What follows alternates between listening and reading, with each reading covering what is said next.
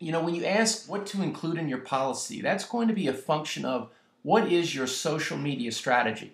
A lot of organizations don't really have that defined yet, and therefore, when you don't have what you're trying to accomplish very clearly set forth, it's hard to know what you're going to want that policy to include. Some organizations want to include their employees in their strategy, which is smart. Others are more controlling, which relates to the second item. What is your culture like? And that's very important.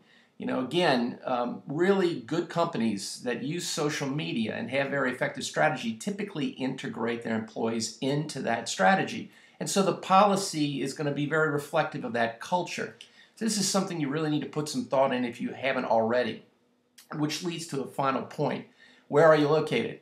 This is going to be a legal issue, and states have different laws that govern the point of employment policy and practices and how those rules can be or cannot be enforced. So regrettably, you're going to have to, talk to a lawyer in your area to know whether or not that policy you created is in fact, enforceable. Now, I've put on my blog a post today.